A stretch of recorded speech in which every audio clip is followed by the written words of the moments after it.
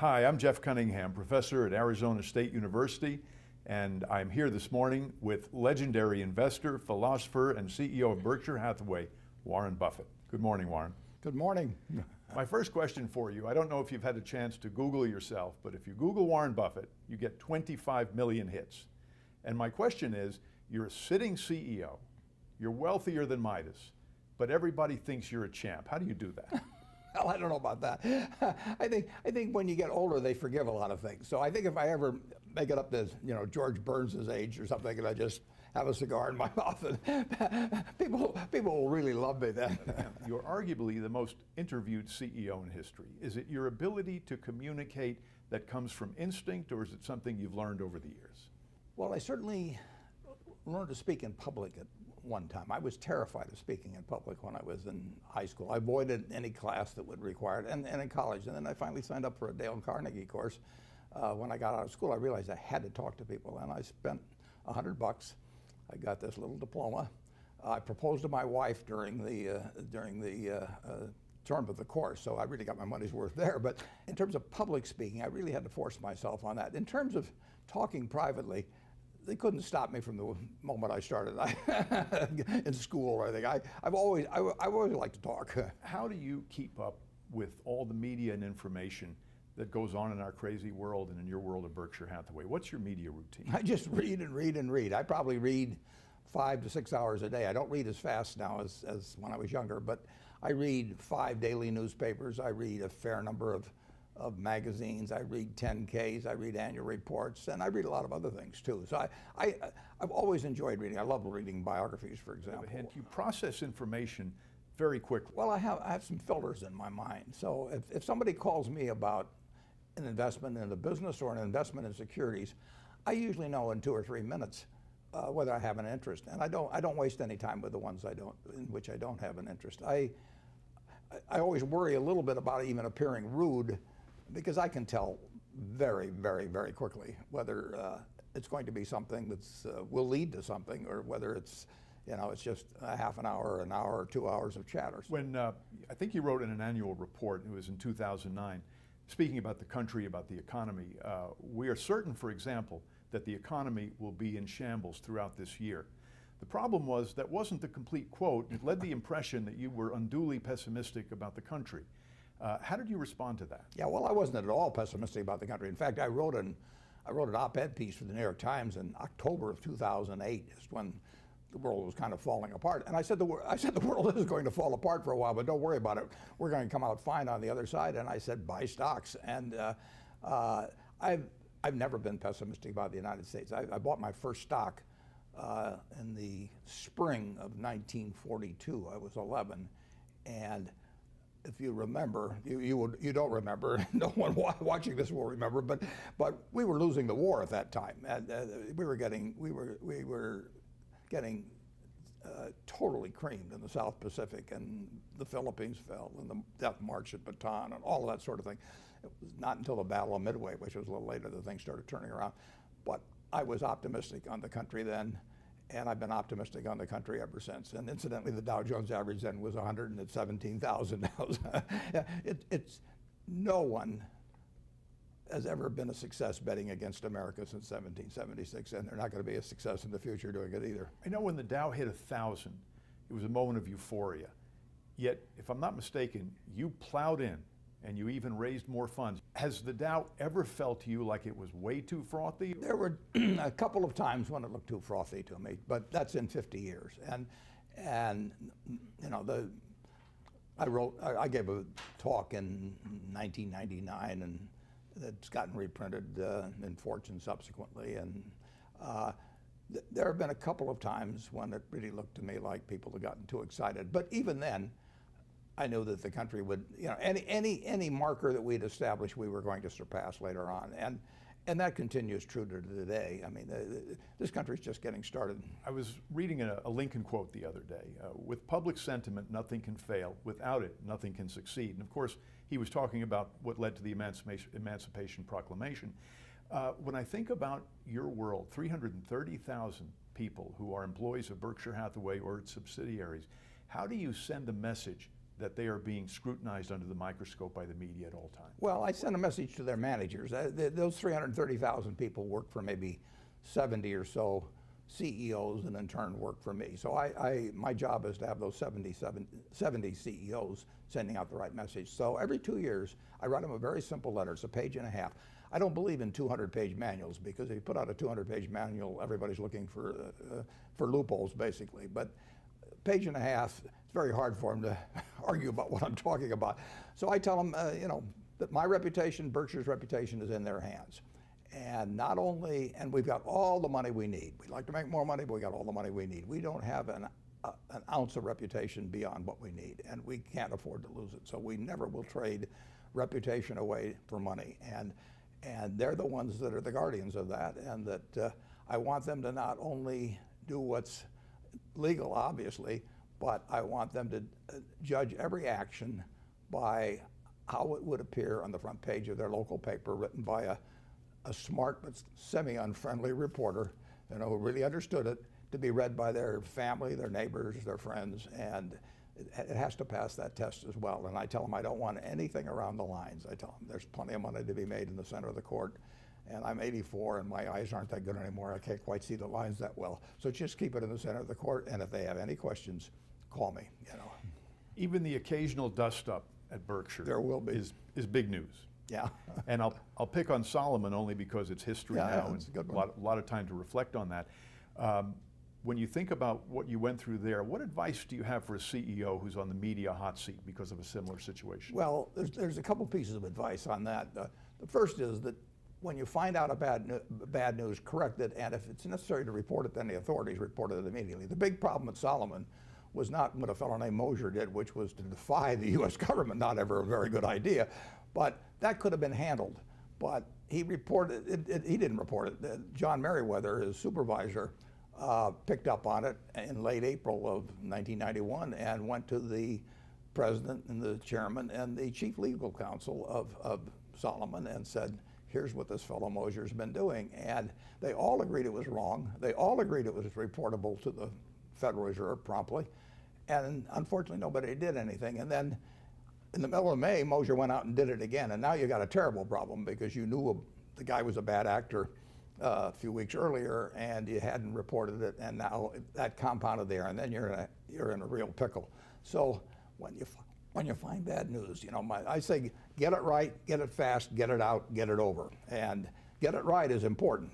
There wasn't any question that Mosier had done it there, but the get it fast and get it out, they missed on. And so deal with you're going to get bad news. I mean, I got 330,000 people. I mean, I will guarantee you that probably dozens of them are doing something wrong right now, and I just hope I find out about it early, and the person below me finds out and lets me know if it's bad enough, and that they stop it. So you can't have a city of 330,000 without an occasional crime of some sort. So it's going to happen, and you've got to do something about it fast when it does happen. I know you're acquainted with the concept that journalists write the headlines before they do the story. What's your advice for this situation? For instance, Walmart pays fewer than 6,000 of its 1.3 million employees the minimum wage. But the headline is, unions decry minimum wage policies at Walmart.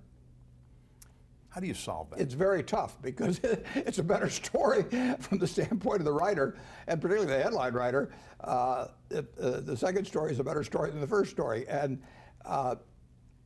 the biggest sin in journalism that I see, and I think, incidentally, I think I probably, as a CEO, have spent more time talking to journalists than perhaps any CEO in the country. Partly that's because I'm 84, but partly because I like to talk to journalists too.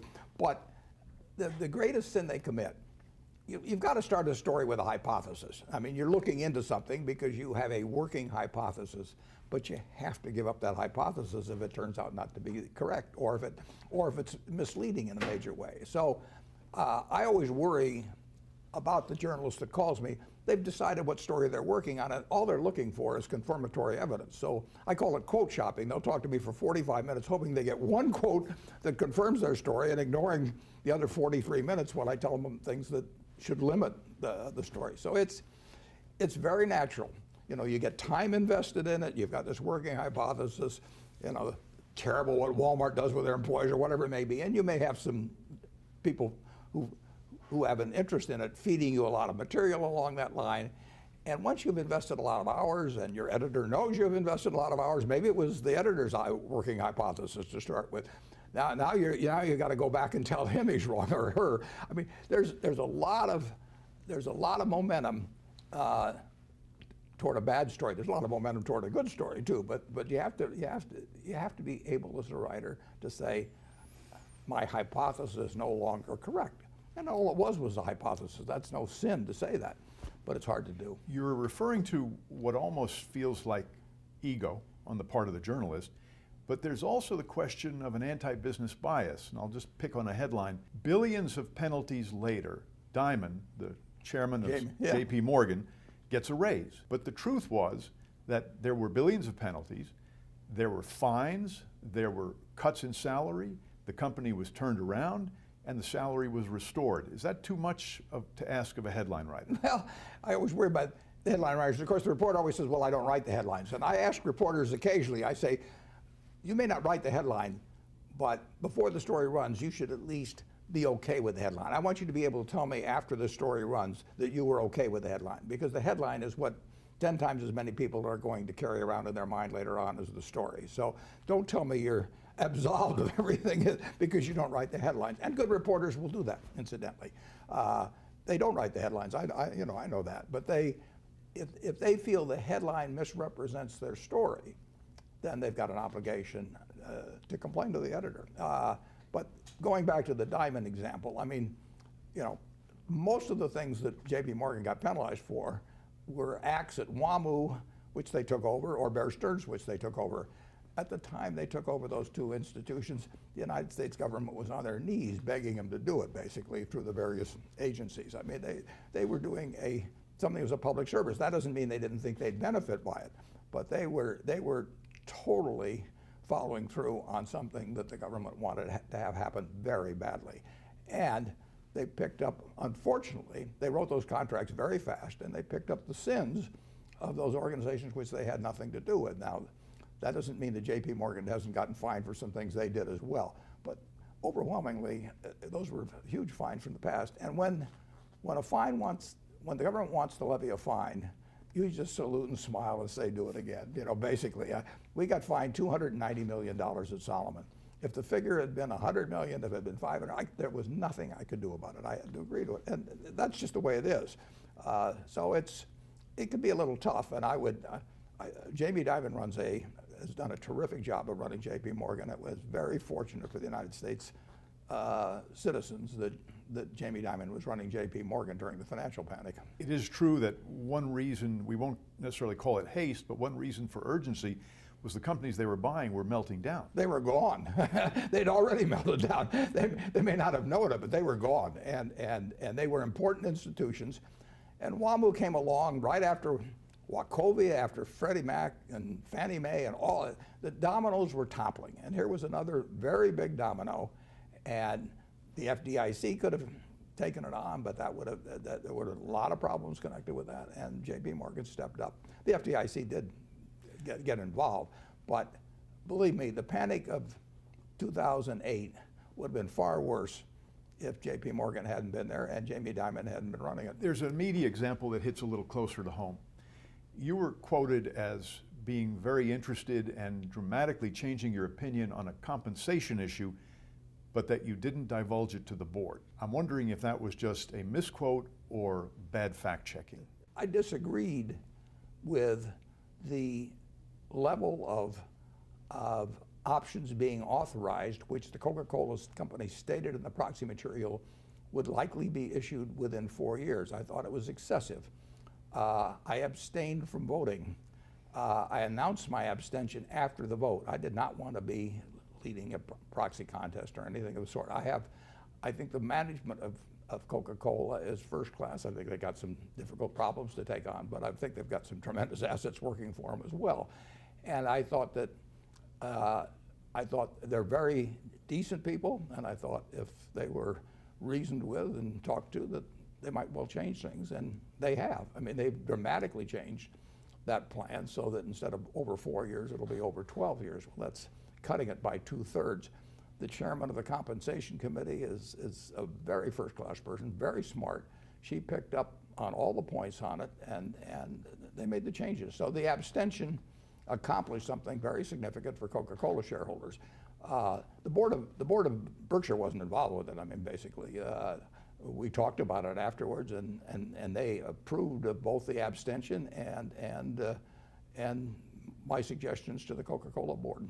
There was criticism that you only abstained in the media. Yeah. Yours was what I would call the abstention heard round the world. That reflects a lack of understanding of the boardroom on the part of many journalists, does it not? It really does. I mean, look at what we've accomplished by the abstention. You know, we're the largest shareholder of Coca-Cola. We want to be the largest shareholder of Coca-Cola. We want to be helpful to Coca-Cola.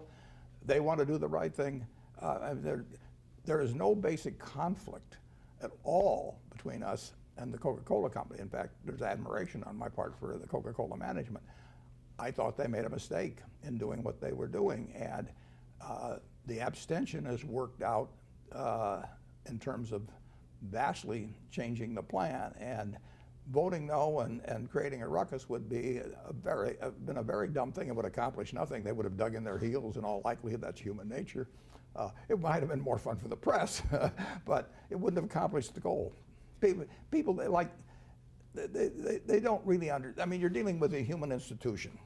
These are decent, high-grade human beings as directors, and I hadn't talked with them about the plan.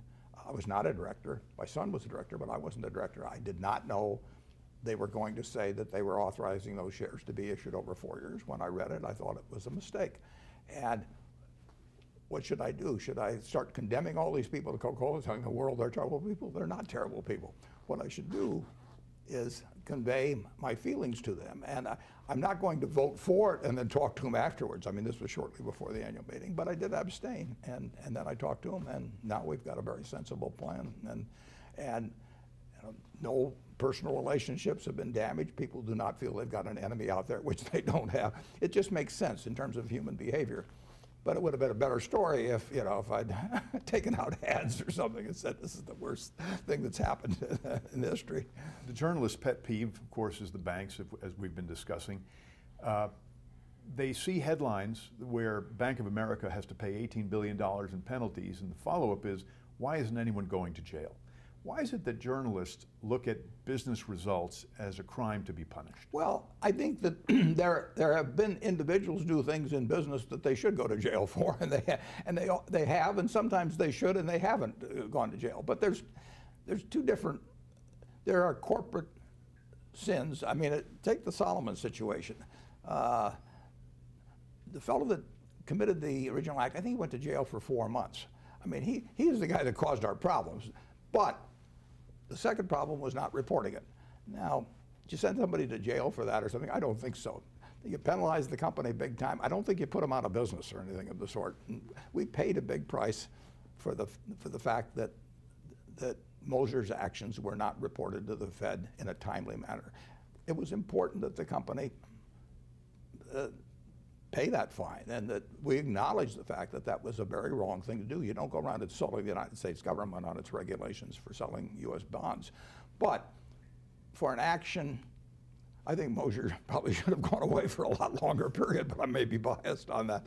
But I don't think other people should have. And you just have to make a determination about when the activity of some individual is criminal. I think, you know, they should be prosecuted. But every time something goes wrong at the corporate level, we've had things go wrong at the corporate level. I will promise you that in the next 5 years, something will happen at Berkshire that is the wrong thing for somebody at the corporation to do. I mean, you know, and we'll correct it, but it's going to happen from time to time. And I don't think I should go to jail if one of our 330,000 people does something they shouldn't do. But in a sense, we're speaking of two sides of the same coin. The first one was the abstention, where journalists don't understand the boardroom, in a sense, and how it works. They don't participate in it. The second one is a misunderstanding of civil versus criminal law. it's not only a journalist issue, it's a country issue. Is there something we can do to better educate journalists? Should they be taking sabbaticals and working for Berkshire for 6 months or a year? Wouldn't be a bad idea. You know, it is very tough that, I quoted Mickey Mantle as saying one time that it's amazing how easy this game is once you get up in the press box. I mean, you know, and there is that problem. Of course, at the Washington Post, they used to say you don't have to be dead to write obituary, so it isn't necessary that you have experience in everything to write about it. But particularly if you're going to be a business journalist or a political journalist, you really should understand business. And going back to our boardroom example, boards are social organizations as well as having business responsibilities. But it's very important to understand how human beings act. And I've been on 19 boards. I mean, I can tell you that most journalists probably, and most Americans, and maybe many many people that write about business, they really don't understand the dynamics within a boardroom. And it's a little hard for journalists to be planted in boardrooms around the country, but I do think that business journalists, they have to understand accounting. You can't write about business without understanding accounting. And I run into a lot of journalists that really don't understand accounting, and that's too bad. That's the language of business, and that's important to understand. The best business journalist I've known has been Carol Loomis, and she didn't start out knowing anything about business, but she wanted to learn, and she is smarter at the end of every day than she is at the start of the day. Not very many people you can say that about, but she learned about accounting, she learned about all aspects of business, and as a result, she became the best business writer in the United States, or maybe the world. You know that Jim Michaels, my former editor at Forbes, and I were talking one day about Carol Loomis. I will say this for Carol, I've seen her start stories and find out that she was wrong in her working hypothesis, and she wrote according to the facts that she found out, and she was very good at finding out facts, very diligent, and that's why she wrote relatively few per year. But any story she wrote, you were going to learn something by reading, a lot by reading. The world of journalism and media has changed, and it's reflective of the world that Carol represented, the detailed, long-form story. Content today is a commodity. And I'd first like to ask if the fact that it's a commodity had something to do with, I'll qualify it as your change of heart about the Washington Post and your interest in media general. I wouldn't say it changed it too much. I mean, the Washington Post was selling the newspaper, basically, and that changed my forever commitment to it. And I also felt that I wouldn't be running Berkshire someday, and this would be a smaller commitment that we would usually make to marketable securities. And there was a very logical deal that could be worked out to redeem our shares that would be good for both the company and for Berkshire. So it was not really my feeling about newspaper journalism. Washington Post was getting out of the newspaper business. We were getting into it more at about the same time. The newsstand is becoming social media in some respects. If you look at these numbers, they sound like a Berkshire deal. 1.1 billion, that's the number of visitors Facebook gets per month. 900 million is the number of visitors Google gets per month. So news is seen now through the filter of what our friends think is interesting. Yeah. Everybody's a reporter. How does that play out for us? Well, it's really changed the world big time, and you can see it, you know, in daily newspaper circulation in the United States. I guess there's maybe 1,400 or so daily papers left. There were 1,700 not so long ago. And their numbers are going to go down, and their circulation's going to go down, and their earnings are going to go down. So it is, the print daily newspaper is, you know, it's been in decline for some period. It's going to continue in decline, and people with their computers, you know, with their mobile phones, whatever it is, they get things instantly. I mean, I used to have to wait till the next day to look at the box score of, you know, what the Cardinals did the night before, and, you know, find out how Musial had hit and everything. And now I can go to ESPN.com and, you know, get it play by play. So the world has really changed, and people are, you know, they have gotten used to and demand instant reporting, basically. And that means that they get a lot of stuff before the facts are out, but it means they get the facts very quickly too. they can get their financial news much faster now than when they waited to the next day to see where their stocks had closed. There's a silver lining you may not be aware of. Social media, the big play right now is Twitter for news organization. Warren Buffett and Berkshire Hathaway alone are 39 characters in a 140-character tweet. But your partner, Charlie Munger, is primarily grunting, and so he only takes up 2 or 3 characters. He's a valuable asset in the social media world. He's essential. The key to our communication strategy. I still love long-form journalism. You can argue that a 10K is really long-form journalism, and that's how I get my information. How does Berkshire deal with social media, or do you ignore it? We pretty much ignore it. If you look at our webpage, for example, we came up with it 20 years ago. It's the same thing. It actually represents what we are. Now, we communicate with our shareholders more than any other company that I know of. I mean, I've just gotten through writing the 2014 annual report. 20,000 words, and those are my words. They're not some investor relations department or public relations department. They're not part of a sales document. We fell on our face in one respect last year, and I talk about it. I try to write that as exactly as I would write it to my sisters, assuming that they had virtually all of their net worth in Berkshire. They were interested in it, but they didn't follow it day by day, and they want to know what I think and what went wrong and what's going right and how I think the world will develop and a whole bunch of things. So we want to communicate directly with people, and I really feel that if you want to talk to people honestly about a subject in which they care about, certainly they care about their money, they'll listen. I mean, I do not worry about the number of words when I write that report. I worry about telling them the things I'd want to know if our positions were reversed and they were telling me about my investment. In some respects, you anticipated the social media world. You mentioned earlier in our conversation the page-and-a-half memo that you send to your leadership every 2 years. The operative term today is TLDR, too long, didn't read. And you understood that if things were too long, people wouldn't read it a long time ago. So in some respects, you've seen where social media is going and you anticipated it. Well, perhaps, but I also want to make it short because there's really only a few fundamental ideas I want to give those managers, and I want to make sure that they don't get lost on page 83 or something of the sort. People usually can't absorb 15 or 20 messages, but in terms of writing about Berkshire or talking about it, I feel we want to give people every bit of information that I would like to receive if I were on the other end. It reminds me, I spent some time with Mark McCormick, who's the founder of IMG, the famous sports management company. What you didn't learn at the Harvard Business School. Exactly, Yale Law School though. Yeah. He put a contract together, and his legal team got back to him, and he sent back a note with crayon on the top. This is too over-lawyered. Get it back to me in 1 page. And this is coming from a lawyer. Do you find that we're over-lawyered these days in communications? I'm enclosing in our annual report this year the 1.5-page contract we used to buy National Indemnity for $8.6 million. National Indemnity now is the largest insurance company in the world by net worth, and it was 1.5 pages. We've had 1-page contracts for other companies.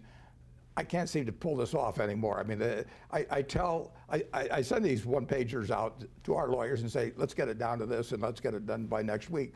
But the world seems to have changed on that. I still would go for the 1-page contract. You know, I like to deal with people where I feel a 1-page contract will do the job. If I have to have 50 pages in there to protect me against the guy I'm dealing with, I'll always wonder whether I needed 51. Just as an aside, I think National Indemnity was your first foray into the insurance business. It's a deal that you chased, and I believe you overpaid for it. Well, I hope the seller feels that way. Who were the greatest business editors, do you feel, in the time that you've been observing the scene? And in their passing, have we lost something? Jim Michaels was an incredible editor. I mean, he could put out the whole magazine, and he proved every story he edited, and he edited them all. It was improved by his touch. Barney Kilgore was a sensational editor. I mean, he envisioned a world defined by interest rather than by geography. So he took a daily newspaper and said, I'm not trying to make this interesting you know, because you live in Omaha or you live in Peoria. I'm going to make it interesting because you live in the city of business. And he created, you know, a fantastic paper. Ben Bradley was a great editor, not a business editor, but he was a great editor. But, I think you'll see other great editors in the future. You know, the talent required for being a great editor has not been extinguished now. So maybe the formats have been reduced to which that editor can apply his talents or her talents. But I think you'll see other great ones. Do you think in terms of the media we're going through a transitional era and we'll end up in a rational place, or will we see pictures of movie star selfies and cats on the front page of the New York Times? Well, I don't think we'll see them on the front page of the New York Times, but we'll see them every place else. People, you know, that's why People Magazine became the most profitable magazine you know, maybe in the world, certainly in the United States, by quite a margin. You know, Fortune magazine was still turning out things that I love to read, but it was People that sold. No, unfortunately, I think the great majority of people are going to like things very, very brief. They're going to like personalities. You know, but there will be people also that care about more in-depth journalism. I was reading Robert Redford was quoted that he created Sundance because the studios were doing things for the young kids, Transformers and science fiction, and he wanted a place to do independent movies. Do you think the same thing applies to the media in the examples that you just gave, that there'll be an independent flourishing? Well, there will be first-class journalism in institutions devoted to that, or publications devoted to that, and there is a big enough market for that. It's not where most of the money will be, and money will drive what the public sees. Any parting advice before the end of our interview for the journalism student? I think it's wonderful. If I didn't do what I do in my life, I would want to be a journalist. I mean, I consider myself a journalist to some extent. I assign myself a story.